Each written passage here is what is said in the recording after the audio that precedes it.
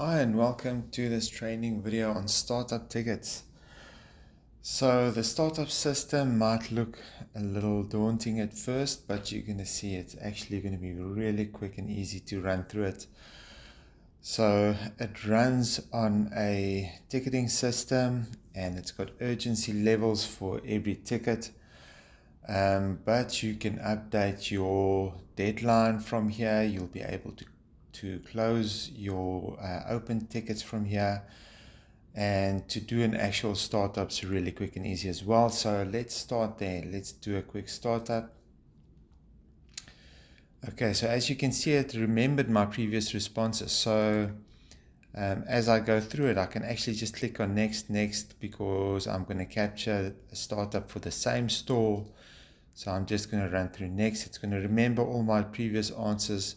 So if everything is still in order, then I can just click next. And maybe I want to say IT is not, equipment is not working anymore. Then I can just change that if I want. Otherwise, I can just go through next and just run through all of the compliant answers.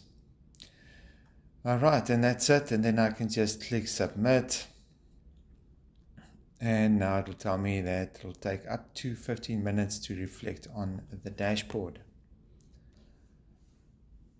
Okay, so if I marked anything as non-compliant there, it would have opened a new ticket and that ticket would show up on the tickets dashboard.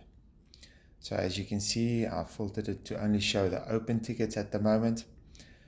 But if I had a closed ticket, and I want to see it, I can obviously just click that and it will include the closed tickets for me. Okay, so what happens if I want to just see a region? I can click on that and then I can go to a specific region. I can just click on only if I just want to see Joburg East. Or let's say I want to close a specific ticket. Let's say this ticket is actually closed. Or let's rather go to this one. And so I want to change the open to close. So I can just click on this. And now it's populated that ticket number into this closed ticket form. So I don't have to change this number. I can just click on submit. And as soon as I click on submit, that ticket is now closed.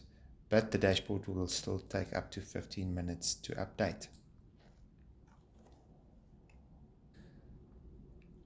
Okay, so what happens if something happened to this ticket and I want to extend the deadline?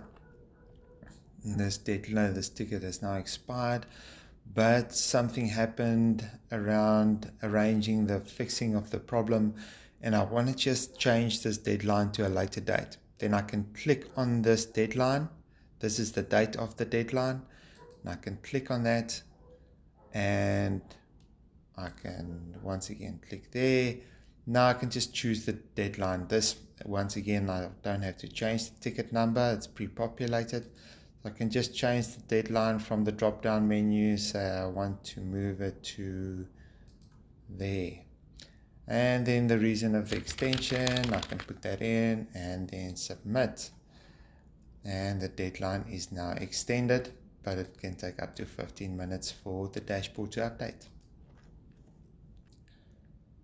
Okay, so you might be wondering how these deadlines work. How many days does which ticket take? So that goes under the ticketing rules. Click on ticket rules. It'll take you to a page that will show you the deadlines for each ticket. So say I want to change the deadline rules. Then I can say, okay, listen, I want to change one of these rules. So staff that need training needs to be only 1 day. So then I can just click here and I can say, okay, staff that needs training, this one, I need that to change to only 1 day. Let's submit that. Right, new rules will apply immediately, even though it can take up to 15 minutes to update the dashboard. Okay, so last thing is then if I want to cycle through the actual results in this table, you'll see here this shows 1 of 10 out of 24. So if I want to see the other ones, I can click on the little arrow there, it'll take me to the next list, and that'll take me to the next list. If you don't like this setup and you want to rather scroll down and down and down, I can change that for you. You can let me know. And if I want to go back to startup tickets, then I can click there. That's gonna take me back to the dashboard. And the same goes for this table. So this shows 1 of 10 out of 24. And if I want to see the rest, here we can see some of the less urgent tickets are down here. And that'll update every time I open the dashboard. And if I want to see the last 4, there they are. Okay, if you guys have any questions, please let me know.